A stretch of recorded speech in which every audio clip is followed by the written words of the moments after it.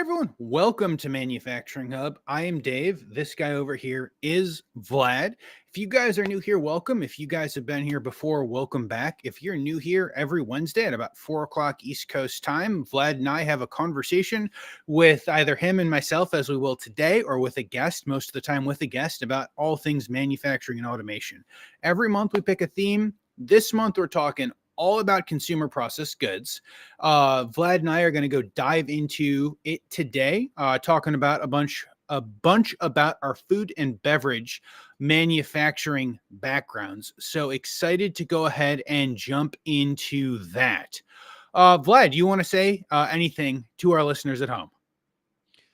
No, I think it's going to be a good conversation, Dave. I'm looking forward to it. We have a couple of notes prepared, so I hope we can hit most, if not all of them. Absolutely. Absolutely happy to go ahead and do that. As we're kicking off the new theme today, talking about consumer processed or consumer packaged goods, we wanted to give a bit of an overview. So what is CPG, right? So it's a lot of food and beverages, as you guys have heard us talk about. It is beauty, it is makeup, it is all of your personal care and hygiene products. It's all of your household cleaning products. It's basically all of the things that we use all of the time that we are going to go through and use fairly quickly.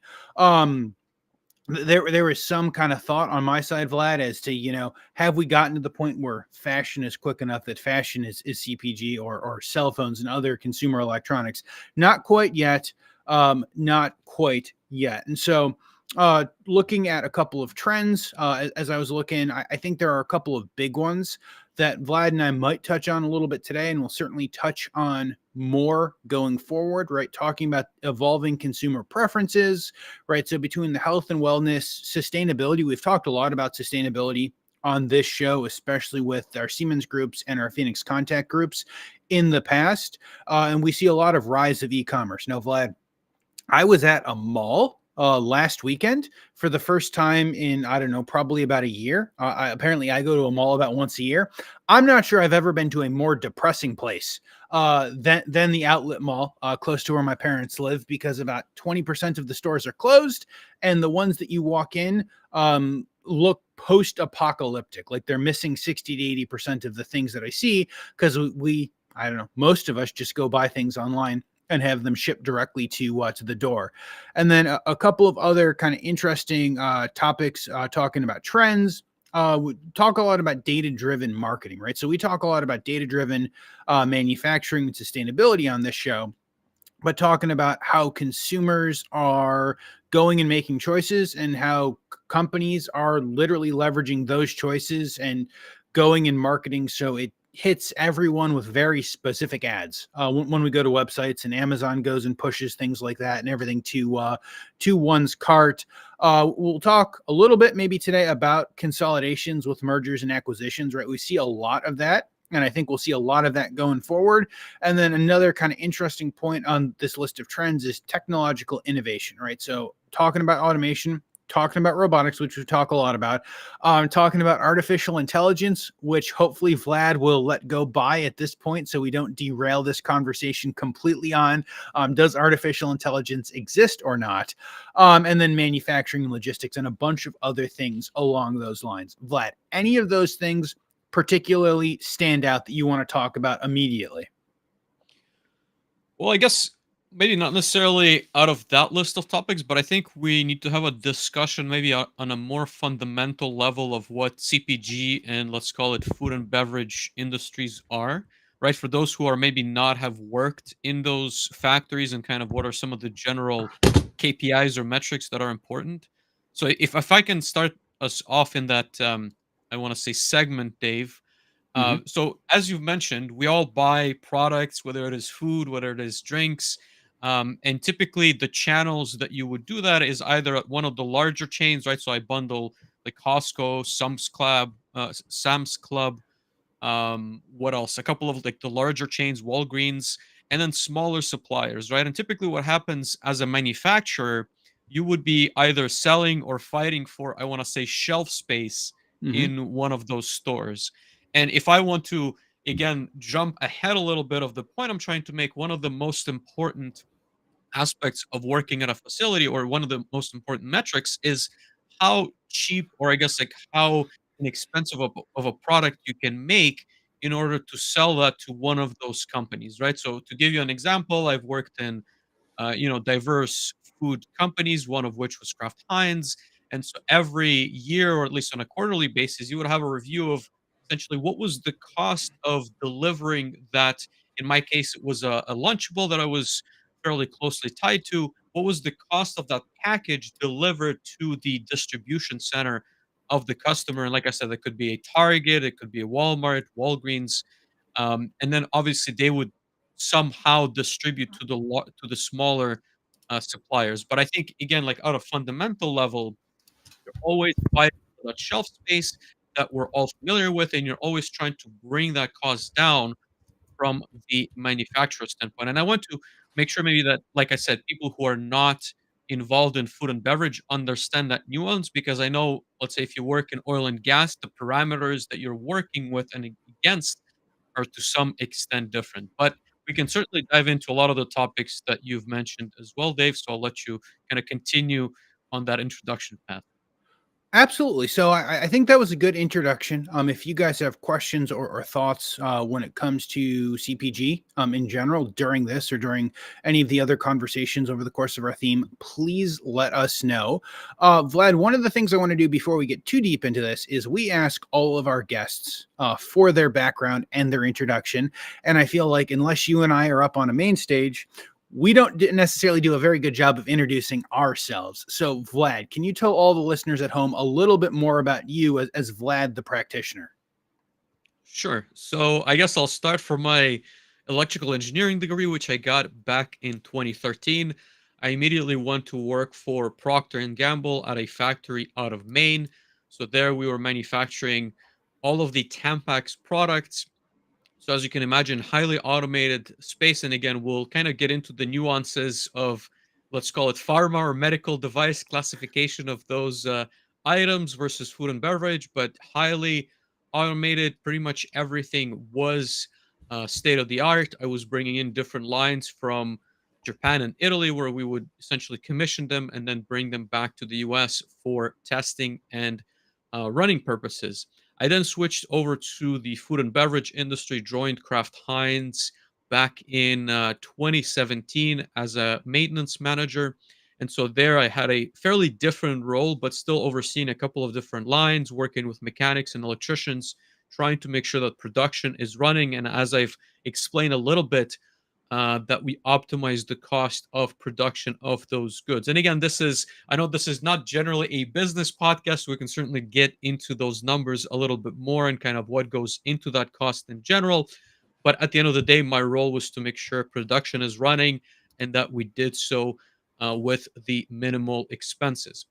That plant ended up being shut down due to the merger between Kraft and Heinz. It was again a long business story. It was acquired by a investment firm called 3G, and so they've merged Kraft Heinz back in 2015, and they've decided to close down a number of plants based on performance, strategic locations, being closer to distribution centers. So I joined a smaller systems integrator slash contractor that had me go and install different, first of all, automation solutions, but also data applications at various Kraft Heinz, Post Holdings, and a few other customers' locations. So I traveled quite a bit over, I want to say 2018 to 2021.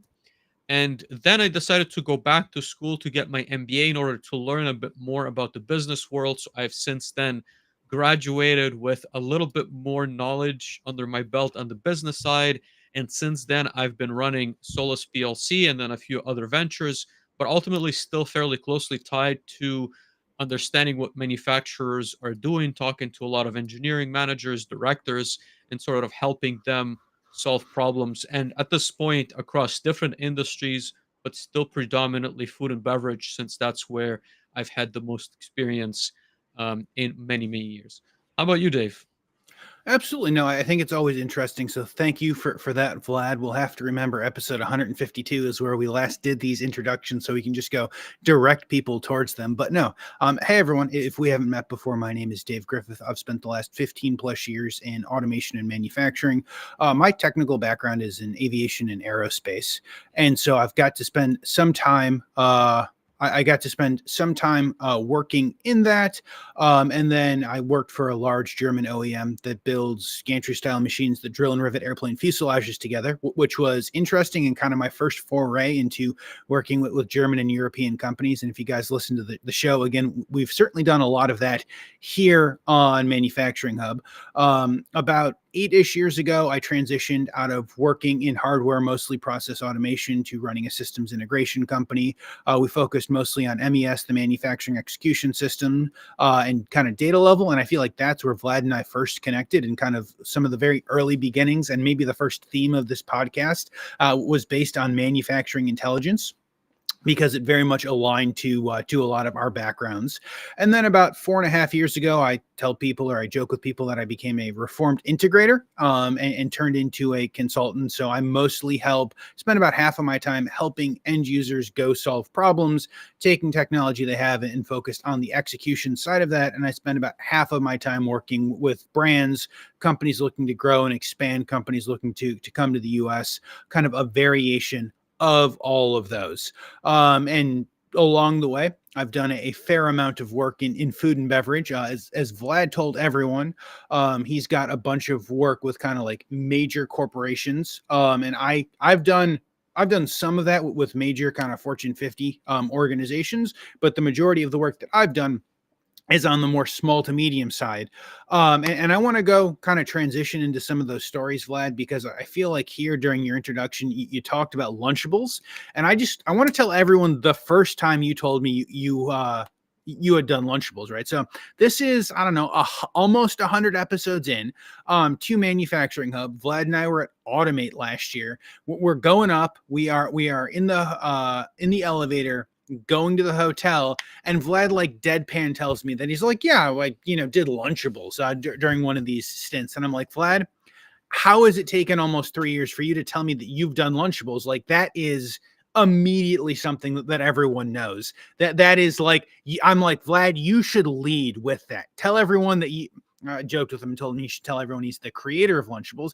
Maybe you don't do that, Vlad, but can you tell us a little bit more about your background, and a couple of maybe large food and beverage stories? Yeah, absolutely. We do have a comment. Let me maybe pull that up really quickly before we go into my story. So Ethan, he's actually working on some Solus PLC content for us that's still Nice. to be released.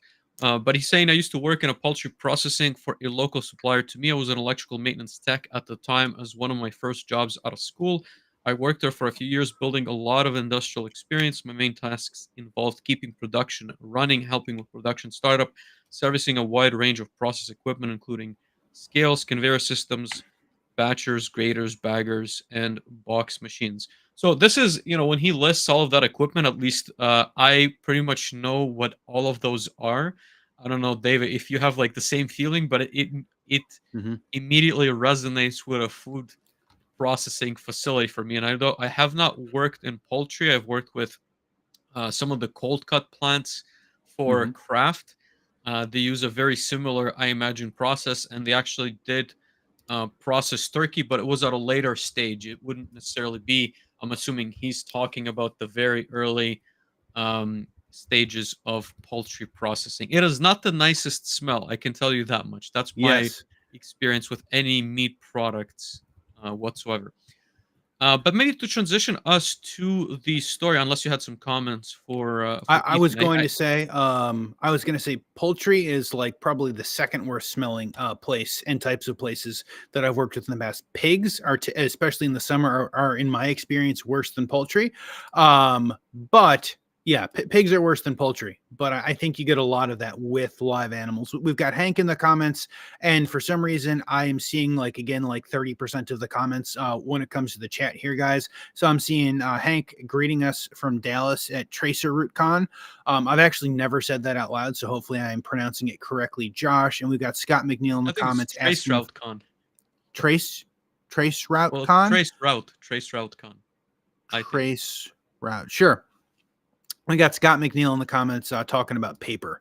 I know Scott has worked at some of those paper plants. Those I don't think smell all that great either. Scott, you'll have to go. Let us know.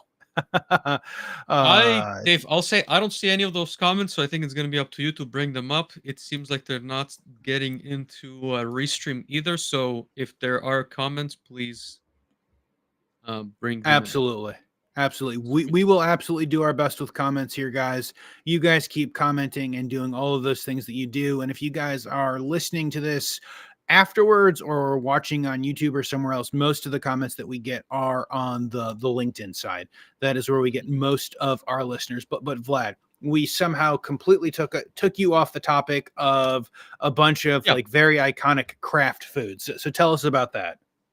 No, absolutely. And I think, to make the story a little bit personal, I wanted to maybe talk about the transition going to from, P&G Tam brands or Tampax into Kraft Heinz, right? And so Mhm. one of the first, I want to say, glaring differences is that P&G has a system which is essentially a modified it's a modified Lean Six Sigma methodology called IWS, and you can do a Google search on this. It's a fairly popular system that allows you to optimize plans, right? So, in many ways, it is your daily direction setting meetings, it is your root cause analysis tools, it is your, like 5S, which again are somewhat rebranded and created by P&G. And so Kraft Heinz had actually purchased the system for their facilities, but they struggled quite a bit to implement them. And for me, that was maybe the first glaring, I want to say, difference between how the business itself operates. So when you get to a P&G facility, depending on the level, you can immediately see a lot of data and a lot of sort of information about how well the plant is performing by line, by shift. So you'd have a lot of the charts, not necessarily all digital, but a lot of, like the drawings as well. And so when you go to a specific line, you could see how well it's been doing.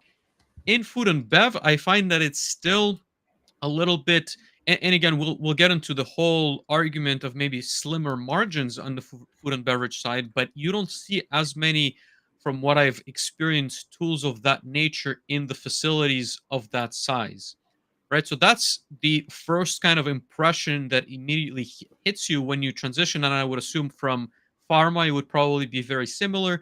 There's slightly looser standards, I want to say, although the FDA regulates both plants, Mhm. that I was in.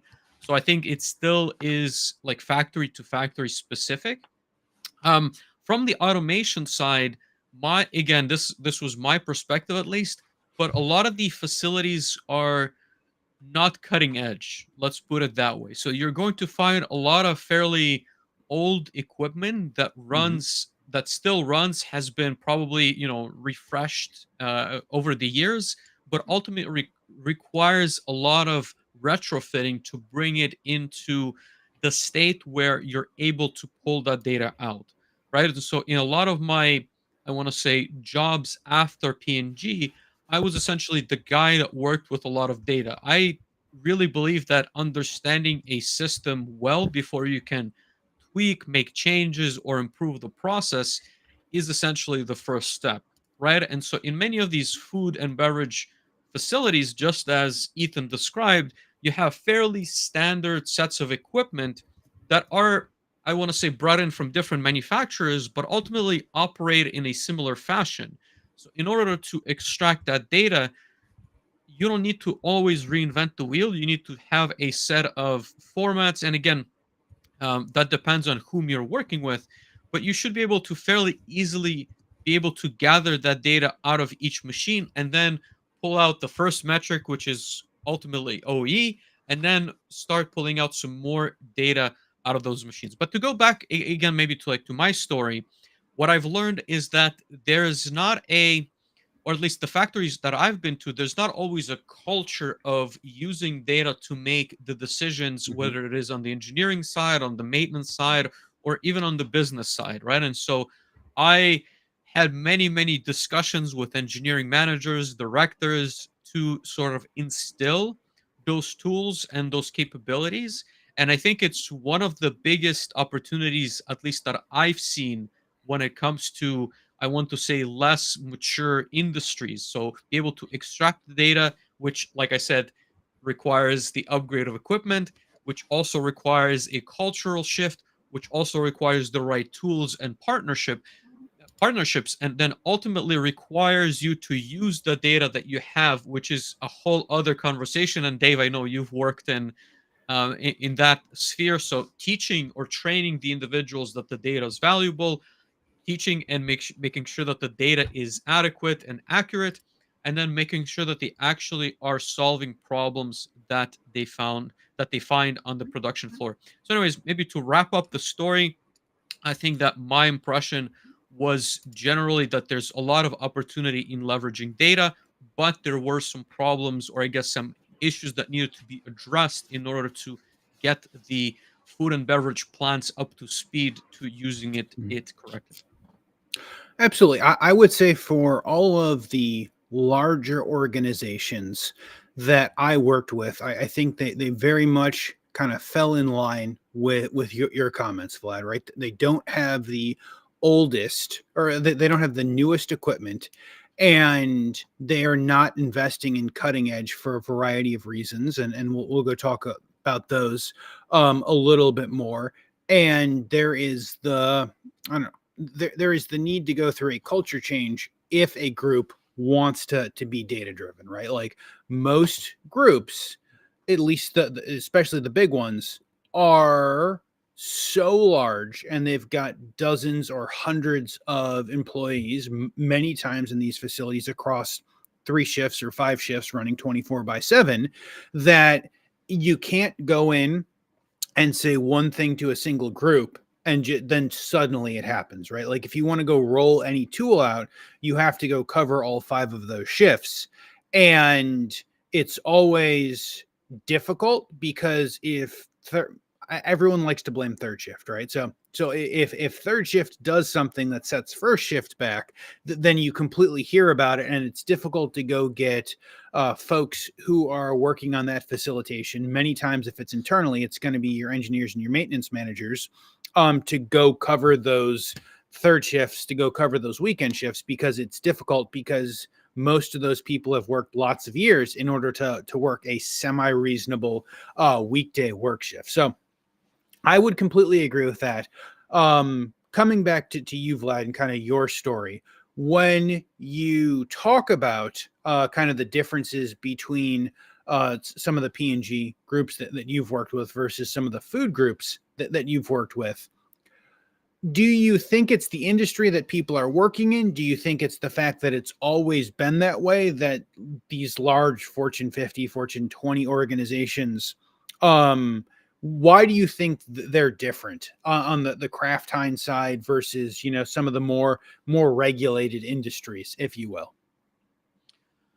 Well, I think there's a number of reasons. And number one, I don't want to paint a picture that that's maybe the reality at every P&G facility. I Hmm. think that, as I've explained, there's, the IWS system, which is integrated work system.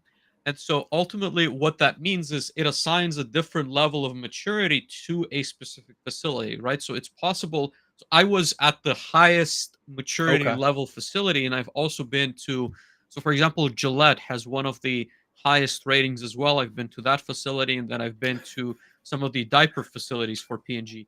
And those are extremely well automated, but Hmm. there are facilities that are not at those standards, right? So I want to make sure that I put the caveat in that it's not necessarily that every facility is Hmm. running to that degree of efficiency. That being said, maybe some of the reasons, well, number one, and I think I've mentioned this a little bit, is I think there's so if we go back to what I've described on the business side, right? So when you create this finished good, right? So, for example, it's a box of either it is if you're selling beverages, it's 12 bottles. If you're selling Lunchables, we have like packs of 8, packs of 10. So that goes on a pallet and gets shipped to the distribution center. In the most, I guess, in most cases, what you're getting to the retailer at is going to be 50% of the customer cost, right? So what I mean Mhm. by that is if I am, for example, making, Vlad's barbecue sauce and I'm selling that at $1 to this distribution center, they're selling that at $2 at Yep. their store. But as an example, it takes Vlad, I don't know, 80 cents to produce that bottle of barbecue sauce. So the margin is then 20 cents per bottle of barbecue sauce, which again, the costs are going to be maintenance. They're going to be building upkeep, whether it is rent or, amortized over 20, 30 years that you've purchased. All of that doesn't matter. I guess like the point I'm trying to make is there's 20 cents of margin for Vlad's barbecue sauce to make a profit on that can then be Mhm. reinvested into whatever else Vlad wants to improve the facility in. But in the medical device space or the pharma space, the margins are much larger from what I've seen out of that same dollar, right? So, for example, if your bottle of barbecue sauce, the cost to produce is 80 cents. In case of some of the medical devices, I don't know the exact number, so don't go searching for them or fact check me on this, but it was something along the lines of like 5 cents per product that then sells at $1 that then retails at $2. So Mhm. obviously the margins are very different between those products, and I think that that ultimately means that you can reinvest a lot more money into sort of the engineering workforce that would then be capable of automating those processes a little bit better, maintaining those processes running at a higher efficiency, maintaining that OE level close to or, slightly above 85%. And so that's what ultimately, in my mind, drives a lot of those different factors. It goes back to retrofit. So you have sort of the financial bandwidth to deploy those projects with a little bit more certainty than you otherwise would. Absolutely. I would agree with that. I'm going to go share a story of kind of the much smaller groups.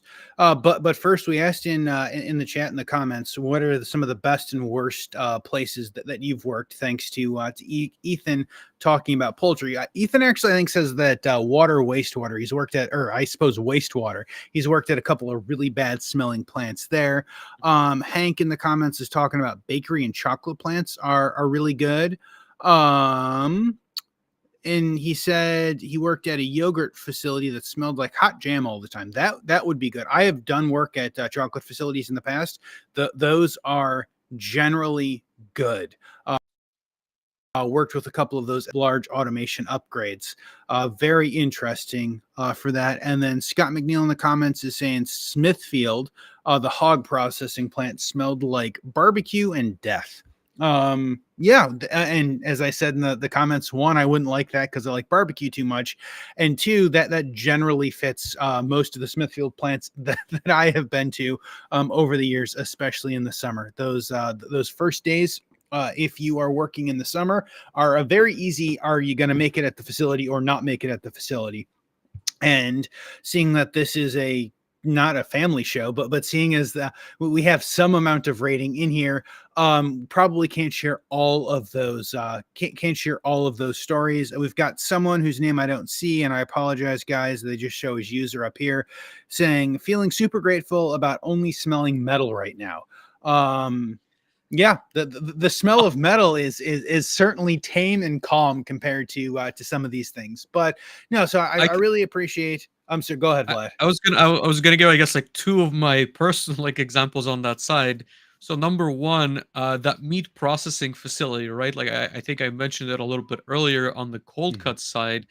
I remember for the first time that I walked in there with Paul, and I had to hang on to the rails because of the smell of the meat and Okay. sort of the you could see the large chunks of meat, dropping into this grinder, which essentially, Yeah. like just like big teeth that like come together, and you could see like the splatter of that chunk of meat that just like, there's blood going all over the Mhm. place. I don't know. It was very repulsive. I couldn't eat cold cuts for a while after being at that facility.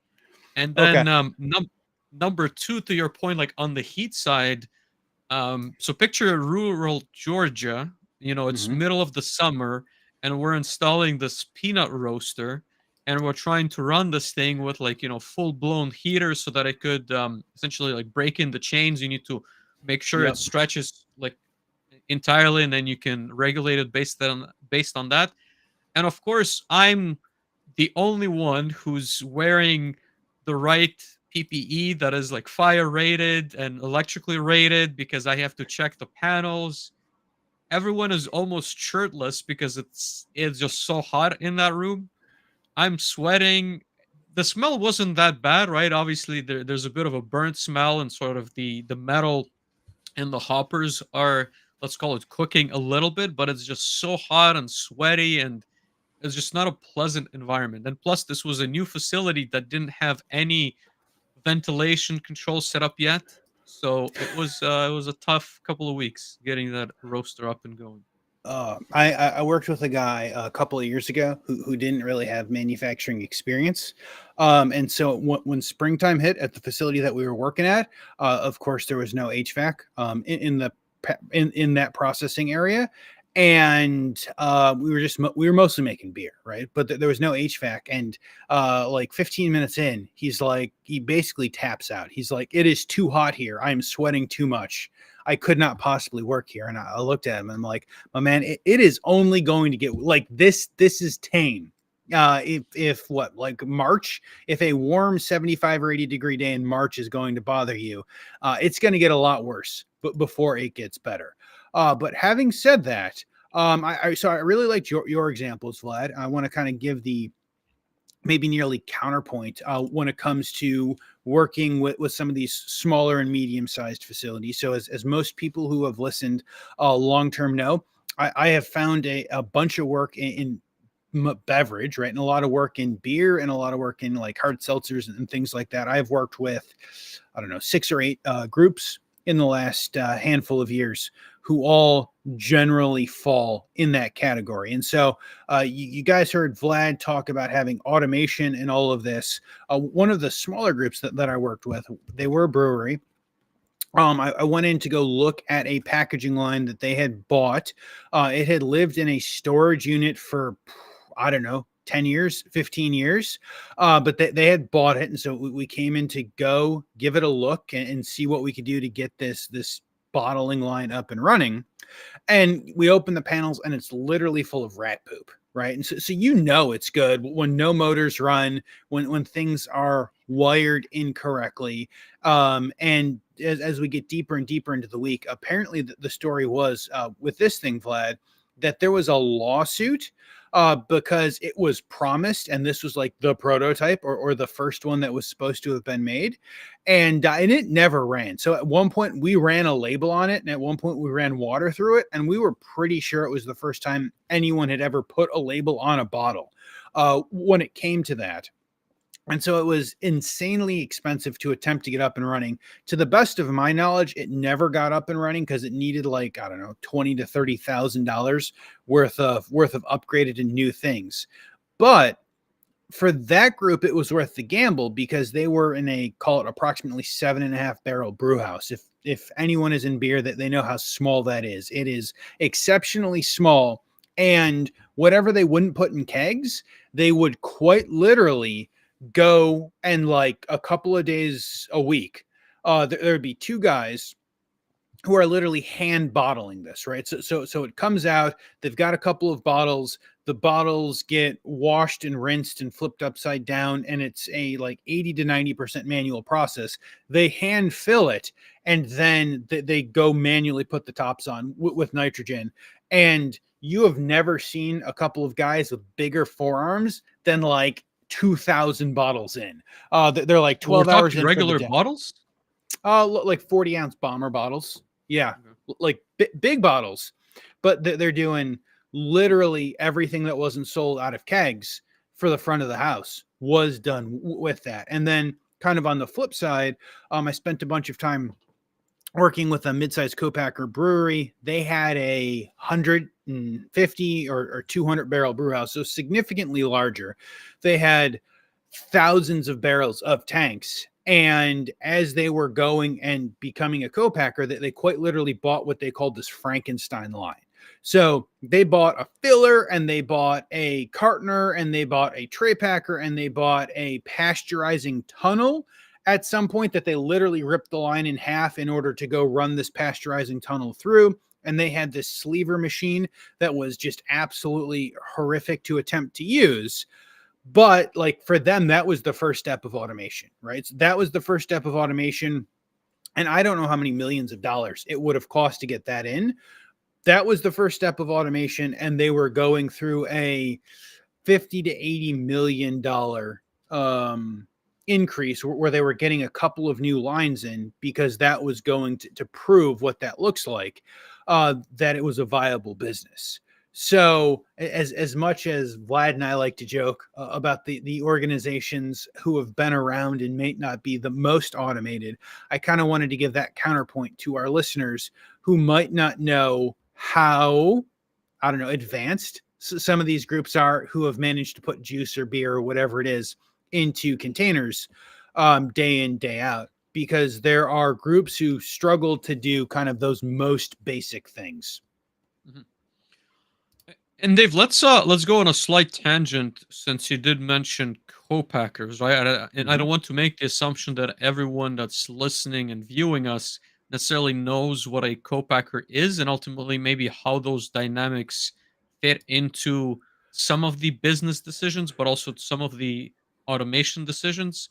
So could you give us Absolutely. maybe like a first pass through of like a co-packer, and I'll maybe give some comments as well. Absolutely. I will. We'll tell the listeners that we will go kind of talk a bit about co-packers. We're working to confirm a guest to come on about specifically to help us deep dive into co-packers. Um, but a co-packer or a co-manufacturing facility, um, I see it a lot in CPG. I see it a lot in food and beverage, but they work in a variety of other places. It is a facility that will, to your specifications, go and make your product and then package your product in their lines, generally to the best of their ability. And they typically run much smaller. They typically run much smaller batches, right? So if you're a beer group, right, your Anheuser-Busch, AB InBev, you're running millions or tens of millions of the same Bud and Bud Light and the other items that you're going to run in these facilities all day, every day. But perhaps you're looking to try something non-alcoholic, or perhaps you're looking to try something that is much more difficult and not within your standard standard specifications. You might go to a co-packer and say, hey, can you guys make this for me? And I only want 20,000 or 50,000 cans of this, and we're going to go ship it out and see how it works. And you would get a price for that. Or on the flip side, where I see there's lots of opportunity, is let's say Dave and Vlad have an idea, and we want to make a particular beer, and we want to put, I don't know, coconut flavor and peanut butter and some other wild stuff, and we're like, oh, this flavor will be absolutely great. But obviously we're not going to go brew the beer in our backyard and then go hand can or hand bottle it. So you go to a co-packer with your recipe, and then with that recipe and some art and some logos and things like that, they will go through the process of making it for you. And typically it's an all-inclusive price. So if you charge per can or per 6-pack or 12-pack or tray, there's typically a price in there. There's typically a price in there, and it is how lots of small to medium groups are going through the process of getting their stuff made today. Yeah, and if I can add to that on the larger group side, right? So the example that I gave of the peanut butter facility was actually a co-packer. And so ultimately it would receive orders from small and large companies. And so for the large companies, it could be, for example, an increase in demand during Mm-hmm. certain peak seasons. So for example, for Lunchables, when it was back to school season, that's when they, you know, in, they ultimately had a lot more sales versus during, let's call it, the spring or the summer months. And so they would use a co-packer to balance out or to buy the extra cases that they needed in order to make their production or I guess their sales worthwhile. But Hmm. otherwise, you're then sitting on an empty facility that's not running because you have a specialized product and you're not going to make that for anybody else, right? So that's kind of Hmm. the trade-off for a high value, or I guess like a mature brand, because if you have it in house, then you sort of protect the IP. If you send it to the co-packer, then ultimately they have some access to the formula or recipe, but on that side you don't need to maintain that equipment. They can run your Hmm. recipe, then they can run somebody else's recipe, and it doesn't really matter. Obviously there's going to be contracts in place for them not to steal the recipe or the labels or the brand, and you would be generally protected. And then on the flip side, like you've explained, if we want to start a bottling facility, we probably wouldn't do it in our backyard, but we could also, estimate, well, that's going to take $10 million. We go to the Hmm. bank, and our operation, they're going to ask us how many pallets you're going to be producing, and it's going to be a pallet a week, and they're just going to tell us pretty much you're not going to get a loan. You're better off getting this made by somebody else. So there's also sort of the financial aspect of it. Just doesn't make sense to open a facility for such a small production. Hmm. That again, this would not be like a 3-shift operation. It would just be us running that for a couple of days. So you would turn to a co-packer that has an established production line and bottling line, and capper, filler, Hmm. labeler, and palletizer and what have you, so that you could essentially run it at a cheaper cost. And so Yep. I want to say that or I guess the common sense, or the best case scenario math, is that you sacrifice a little bit of your margin in order to still be able to sell the product just as you would from coming out of your own facility. But the Hmm. reality, at least in my experience, is a little bit different, right? So there's going to be a couple of different pitfalls and sort of gotchas when it comes to co-packers. And I think that ultimately everything is negotiable, but there's Hmm. costs associated to, and I'll give like one specific example. So the requirement on the Kraft side is that you have metal detectors for each line that you're running, your peanut butter jars on.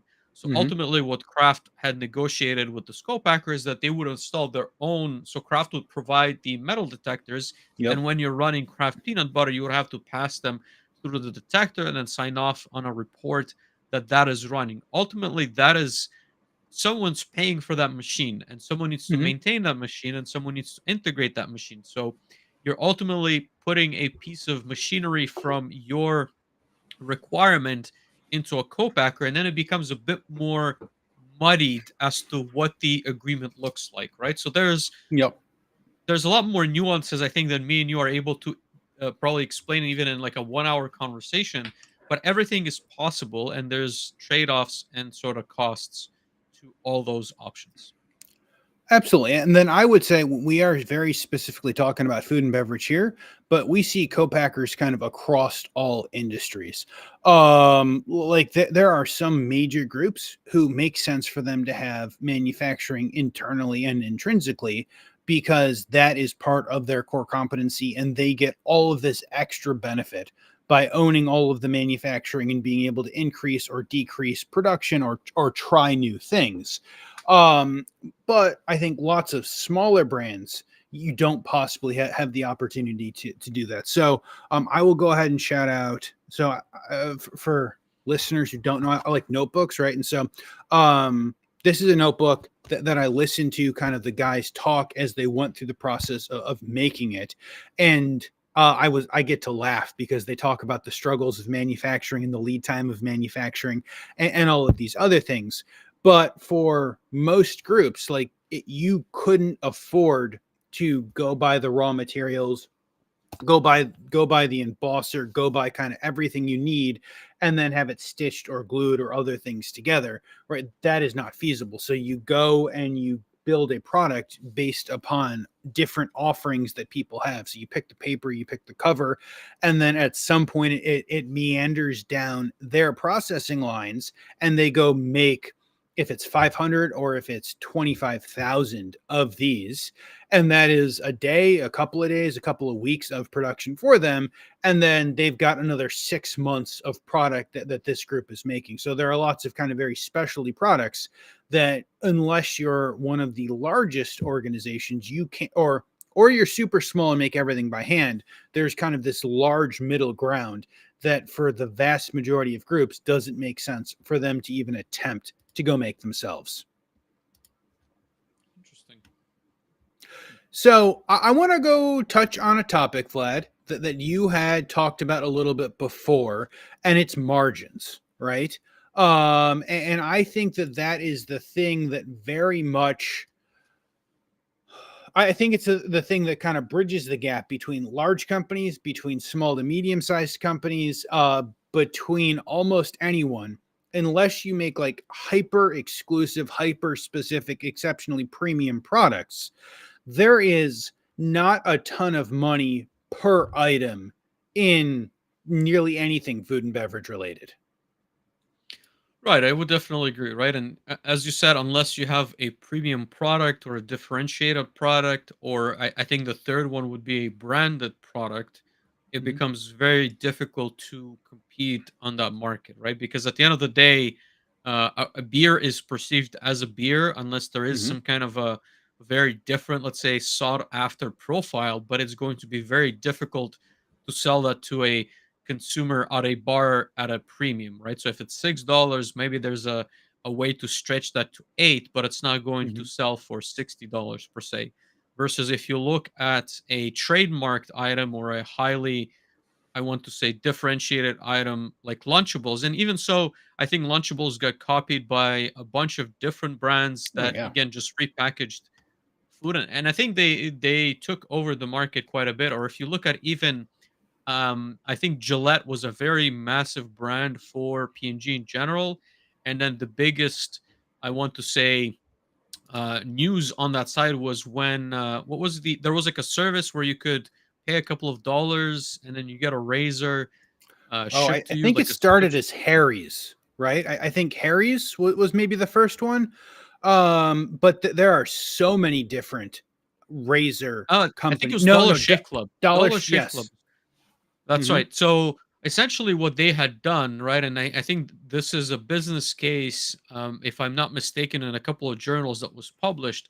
What they did was is ultimately they reverse engineered what it takes to create a razor. Then they opened a couple of facilities that have much lower regulations overseas, and then the costs of shipping those razors were significantly lower than the cost of producing those razors in the US, right? So the current Gillette facility is in Boston. And so Hmm. ultimately going back to my point on, what's the cost of product produced at a factory really matters even as an automation engineer because Hmm. ultimately whatever equipment you put in goes against the calculation for that product, right? So ultimately, and again, not to get like too lost in the numbers here, but if you choose to automate, that has an inherent cost of of increase on that specific piece of product. And the higher the cost, the more difficult it becomes to compete in the marketplace, right? And so, again, if there's not a huge differentiator, if somebody else can come in and create that same product or same, I guess, like a differentiated brand and essentially squeeze out that shelf space that you would in CPG or food and bev. Absolutely. And I think I remember one of the shave companies said basically how they purchased a facility and so they were manufacturing their own items. And I don't remember if it was Dollar Shave Club or if it was Harry's or some group that said this, but um what was I going to say? And their kind of claim to fame is we basically cut out the middleman, right? So instead of stocking it on store shelves, at least to begin with, they sold direct to the consumer and they took out two or three or four levels of we're going to go double in price Yep. for Yep. our value add. So that's how a $1 razor turns into an $8 razor when you go buy it at the store because the company makes it, they sell it to a distributor who puts it in a warehouse, who sells it to someone else, who puts it on the truck, who puts it in the store. And suddenly our $1 razor becomes an $8 razor. with a bunch of different hands that touch. And so I think the direct to consumer marketing, I think the direct to consumer opportunities are certainly very interesting. And that for them is one of the ways that they were able to go. Well, in theory, they probably made a little bit more money, but they also cut out a bunch of layers in there. So the company as an organization made some more money throughout the process of that. But no, I would generally agree there when there are lots of hands that touch this, there is not all that much money to there's not all that much money that goes around. So I have done a bunch of work with some orange juice facilities. I've done a lot of use with some orange juice facilities, and some of them are really into like the 5S. And I one of them that I worked with had this really interesting thing, right? So there were four or five kind of major components of the orange juice going into a bottle, and the bottle being sealed and the label getting put on, and that going to store. And I was actually surprised how expensive it was, right? Like it was not quite $2, but it was really close to $2 as of, a year and a half, 2 years ago. The last time I looked at it as just straight manufacturing costs without labor added in, right? So it might be $2 or $2.50 by the time it leaves the facility to go to the warehouse to sit before it goes on shelf stores. And there are lots of times where you can go buy orange juice for $2, $3, $4 a container, depending upon where you are and what type of year it is and all of those things. So to me, I look at it and I'm like, man, those are fairly slim margins for a large company to go make this. And the only way it makes sense is if you go do tremendous volume, hundreds of millions Yep. of gallons or a billion gallons. I don't even know what the orange juice market looks like beyond a lot. Mhm. Yeah, and exactly. And I think that's the difference between, if you look at the other extreme, which is pharma, they have patents on their specific products. And again, rightfully so. We can also discuss if you go look at their financial statements, they have a lot of R&D and they have other costs associated with, let's call it, getting to that patent. But when it comes to their margins on manufacturing that specific product, it's going to be extremely high, right? Because nobody else, Dave and Vlad cannot come in and manufacture. Again, I don't know what are some of the newer drugs, but we could probably not make aspirin under that name until, if I remember correctly, there's like the generic after, I think it's 30 or 50 years when it becomes available. But anyways, that by that I think it's time, like 7 to 10 years it's is that long. when Huh. I think 50 years is like written books. Oh, maybe that's what I'm thinking of.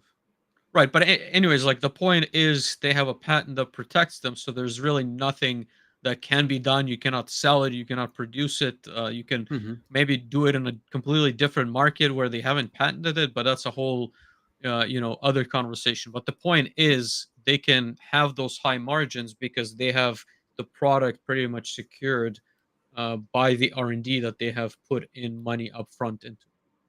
I think that pharma accounting is a lot like Hollywood accounting, in which no matter if a movie makes $18 million in the box office or like $3 billion in the box office, they always say that they lose money. I think the accounting is very similar. So Mark Cuban, a year, maybe 2 years ago, I forget the name of the company. I'll go ahead and Google. He came out with like a generic drug company where he's got a bunch of off patent drugs, anything that he can go make a generic of. And I think they're selling it for like $20 a prescription or $25 a prescription. Let's see. Of any drug, they just like manufacture whatever is off the patent. Yes. So the company name is Cost Plus Drugs. And if we hold up here, so I guess that they've got, so their concept is like literally no middlemen, no price games, huge drug savings. There is a lot of words here. There's a lot of words here, but they offer affordable medicines at the lowest costs available. And So, it's their mission, their opportunity to go and attempt to reduce the cost of drugs. And if you guys give me a sec, I will go ahead and throw this in the chats. But no, so I find it interesting. I think that the cost of pharmaceuticals in general has gotten absolutely insane. So it's Um, pure operational efficiency. Is that what they're trying to achieve here? it's a brand new facility, right? I don't know if Mark is necessarily attempting to go make money or make a bunch of money off of it. I mean, the dude sold a company for like $2 billion to Yahoo like 20 years ago. So I don't think like at some point you don't need the money, and there is huge value in doing things like this. Um, but no. I will So say, I go ahead. I was gonna make the comment, like when it comes to, I want to say, of brand things, and I'm not saying that generics or even like this company is doing this. I think that, going back to my Gillette versus Dollar Shave Club Hmm. example, there's also something to be said about the quality of product when it is, let's call it, manufactured at a reduced cost, right? Like there's nothing, how to say, there's nothing free, let's call it, in this world. So typically what you'll see is, and I'll give this example because I know my mom worked at Neutrogena, so I had many conversations about solar creams and protectors and sunscreens and sunblocks, and she's a chemist on those. So ultimately what happens is, Neutrogena has a very stringent process on how they would produce those products and how they would test them. There's quality control labs, and they will ensure that the product before it gets to the consumer is going to be adequate for, let's call it, human use, right? And you can certainly find cheaper alternatives. So if you go to Walmart, Target, or any other of these stores, then again, Dave and Vlad can also come up with their own soap and shampoo.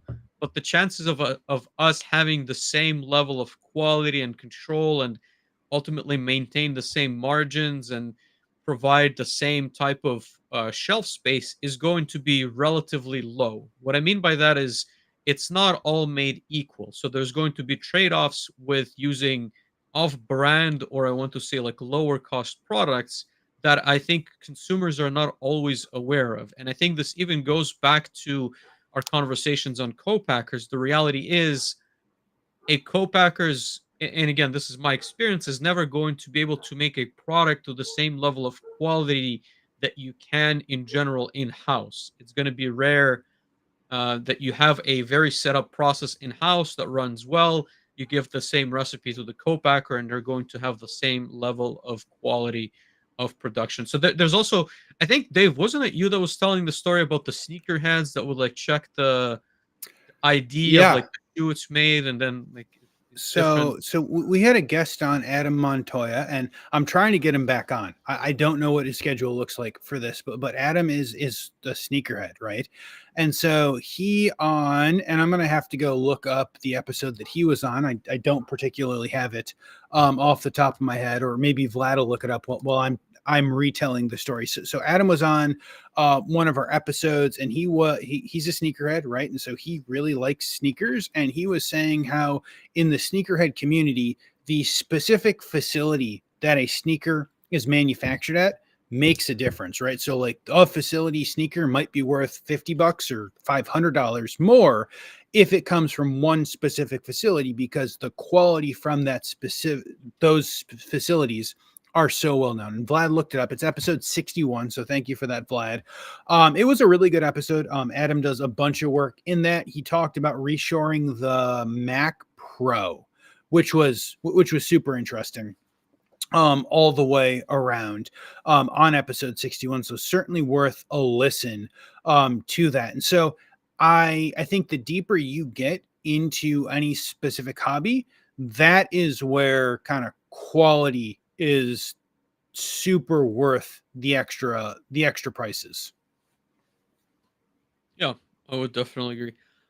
Let's get us back to food and beverage because I feel like we're focusing on a lot of different tangents. But so utilizing co-packers, then we also wanted to talk about build versus buy. So I guess I'll maybe start off with a perspective and let you continue, Dave. So again, going back to my experience at P&G, pretty much every machine that we had on the plant floor was designed in-house by a team of engineers from ground up, including every mechanical aspect, every process and automation aspect.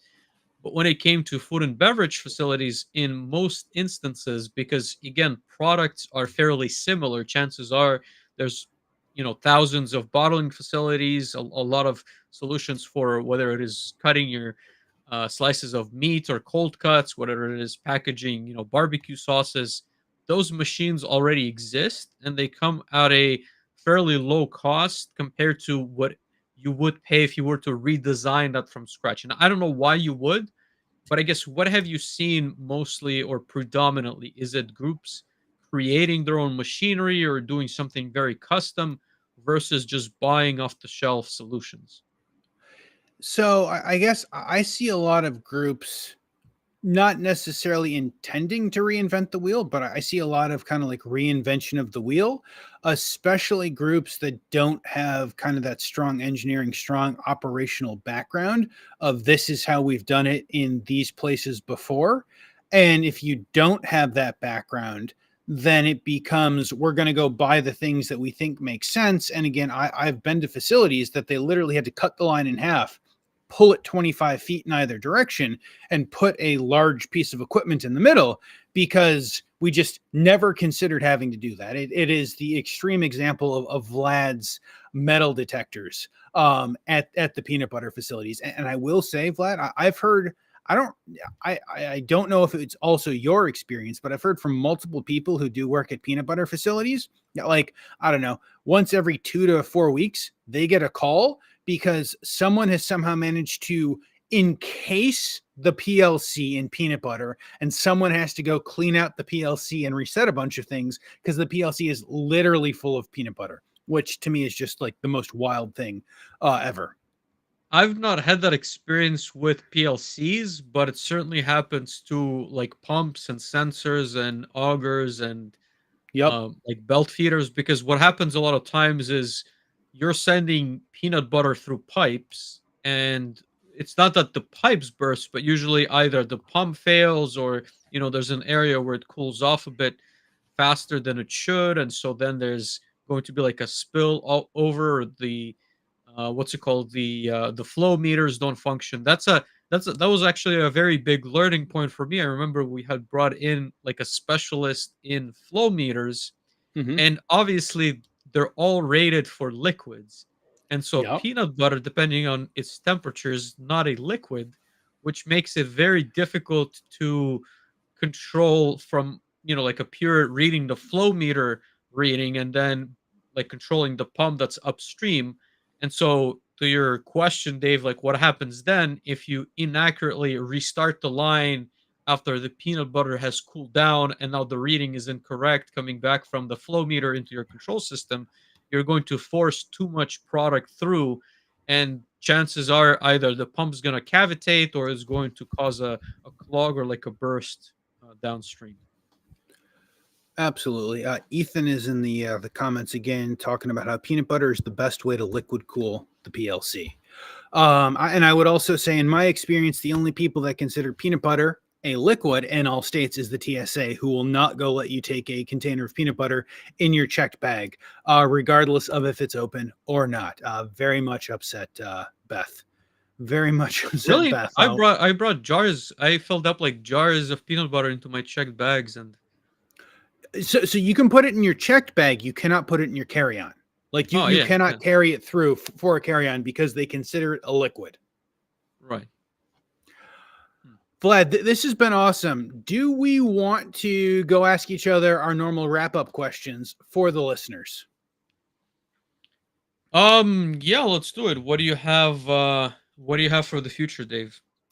So I think I guess I predict the future is we're going to see a lot more co-packers. I think we're going to see the rise of a bunch of groups who are investing in a bunch of technology and are leveraging that technology to go solve problems, as you and I were talking.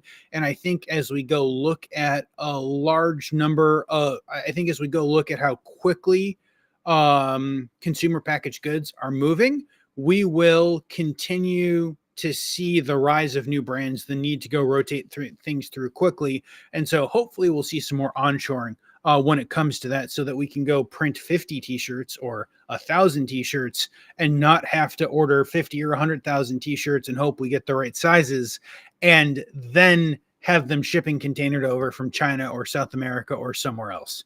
What are your thoughts, Vlad? What do you think the future looks like? I continue to harp on data. I think it's becoming cheaper and cheaper to get signals into a control system, whether it is then after passed on to a SCADA or a proper, historian. That remains to be seen. I think that the opportunity is also, and I say this a little bit differently, I think, than most people, is not an AI and ML. I think the opportunity really is to, number one, rectify your networks.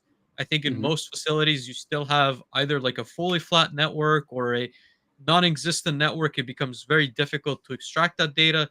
And then ultimately, just putting in something that can collect the base signals at the Mm-hmm. facility, I think that's a huge win for many manufacturers, many engineers to understand a little bit better what's going on with the process to then start tweaking to either optimize or troubleshoot. So I think that data is, despite the talks that we're hearing in many of these trade shows that you and I go to, I think is still at a very not resolved stage. I think there's Mm-hmm. a lot of solutions that can help you pull OE, but I think that, at least in my conversations, very much so, we don't understand the process at a deep level, or at a level deep enough to be able to make decisions, to be able, to tweak a batch, to be able to change certain parameters, and then have a predictable outcome at the end of that shift or run. Absolutely. I think that is a good prediction, and I hope we certainly do get more data driven in the future. Sure. Career advice, Vlad. So outside of, people should go get a subscription to solusplc.com to learn all of the hardware, all of the robotics, all of the everything else they need to do. What's your career advice? Yeah, so I've been listening to, you might know this guy who stood up a lot in the Apple cases when they were trying to close down the access to repair, the rights to repair, and he talks a lot on YouTube as to like why that's important. But Mm-hmm. anyways, the career advice, or I guess the point that he makes, is you should reach out and sort of ask for advice and ask for, let's say, guidance and help when you're stuck, right? So what I mean by Okay. that is, when you're, I think, early stage in your career, you sort of feel this pressure to need to figure everything out on your own.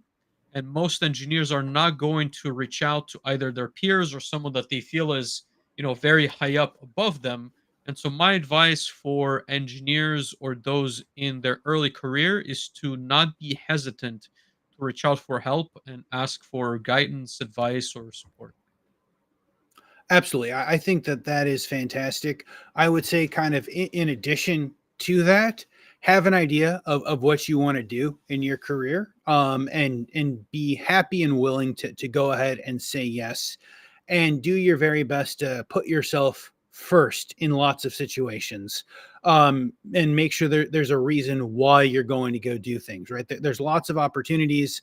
Make sure you're asking to go to training classes. Make sure that you are asking to, change different positions within a facility, or look at potentially changing industries, and get as much of that experience as you can, because in 5, 6, 10 years you will have a large depth and breadth of that experience, and you can be much more in control of your options and your career choice. I like that. Vlad, I'm gonna thank you. I'm gonna ask for a book recommendation, because I feel like if I ask you for a content recommendation, you're gonna list everyone like 1,000 podcasts that you listen to. So, you got a book recommendation for us today? Yeah, so the book that I guess has been pretty interesting for me in the last couple of months, it's called Fanatical Prospecting. It's on the Okay. sales side of things. Again, you and I have discussed this many times outside of the podcast. I think that the process of sales does not come naturally to anyone, and it probably takes a lot of learning and mistakes, but you can certainly get the the best practices, and I guess a kick as well to get started in the book called Fanatical Prospecting. I don't know what the author is, but I think it's what's also important to recognize is that sales is not unique to trying to, I want to say, coerce someone to buy a product that you have. It could also be in the sense that, you've described, to sell your bosses on your ability to go to a trade show or to a class, or Mhm. to even hire somebody under you to hire help. So I think it's a very important skill in many different aspects. And so fanatical prospecting, if you're looking to figure that out. But Awesome. I'll have that posted in the show notes for Perfect. So I have three books that I'm currently in the process of failing to get through. So I'll go ahead. So two of them have been recommendations already. So I have Atomic Habits by James Clear now. from the library. That is it is interesting. I'm still kind of going through that. I know it really works for some people, and so I'm kind of working my way through that book.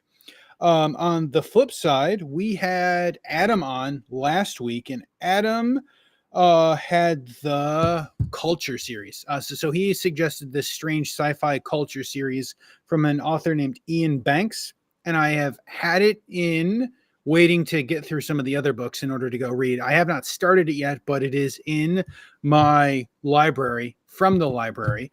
You didn't So get the Bible? I did not get the iteration of the Bible, no. But again, I did get the first of the culture series called Consider Phlebas. I Yeah, sure. We'll go with that. And then I last week was listening to a podcast that I sometimes listen to, and the author of The McKinsey Way was given some highlight notes about the book. So I have acquired that book, but it didn't show up until like Sunday night or Monday morning. So it is quite literally still sitting in the Amazon box next to my desk. We're gonna get a Um, live unboxing. I maybe we could do a live unboxing.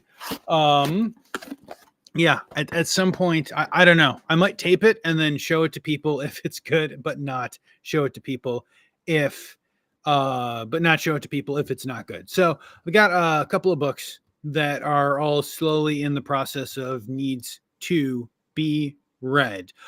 Vlad, beyond that, let's go ask you the last question is how can our listeners help? Who do you want to connect with? Any and all of those questions.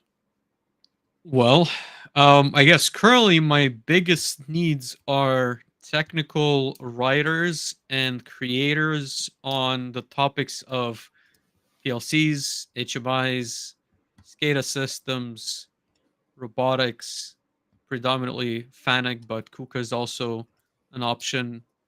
Also in the realm of DevOps and SRE programming. So if you want to create content on any of those topics, if you want to just create content and build that out for me, then let's talk. Other than that, I'll be at Automate, so I'm going to be hopefully connecting with a bunch of people from the industry. If you're going to be there, happy to chat. Whether you have an application that I can refer you to someone, or if you're just looking to talk to a fellow industrial automation enthusiast, happy to take a moment for that as well. Awesome. I love that. Let's have a follow up question, Vlad. Will Solus PLC have stickers? That is still a TBD. I have not put any of the creation Vlad, steps I in have this motion. entire board, and there are zero Solus PLC stickers. Zero Yeah. Solus PLC stickers. Do you have any Chrono stickers? I don't. Does Chrono have stickers? No. Okay, it would be super disappointing if they did. So everyone message and harass Vlad till he gets stickers. There will be manufacturing hub stickers because I know the guy who presses the order button for those, and he'll go order another 1,000 because I think we gave the first 1,000 away. Or will Um, there be a second version, like with some cool things? I am considering. Typically, I wasn't thinking about doing this live. I was considering going and taking the yellow and turning it into some sort of like sparkle, glittery background. But having basically getting rid of the yellow and turning it into something sparkly, But then they because need to there be are like a special the there it has to be like a limited edition, like a special event one. No? I don't know. Okay. I'm not to that point of special event stickers for Automate. We are still at least 2 months away. But before I consider that, but no, on my side, if you guys want to reach out and chat, I am always happy to chat. If you are an end user who is looking for help because you've got some sort of operations and technology issues, I would love to go talk about that to see if there's anything I can do to help you with that. And beyond that, if you're a brand looking to grow in the US and want some of my technical practitioner knowledge and kind of path of how we can go ahead and do that, give me a call. Always happy to chat. Vlad, with that, we've somehow managed to already fill up 75 minutes. Let's tell everyone thank you for coming to hang out with us. This has been an awesome conversation. Super excited to continue down the CPG path all month long. We'll be back Wednesday, same time, same place. If you're not following Manufacturing Hub, please follow Manufacturing Hub, follow Vlad, follow me. Always come hang out in the chat. This is super amounts of fun. If you guys have made it this far and you're listening on podcast form, please do the like, subscribe, rate us 5 stars, share all of those awesome things. When I ask and remember to go post these, you guys do it, which is super awesome. Until next week, we'll talk to everyone.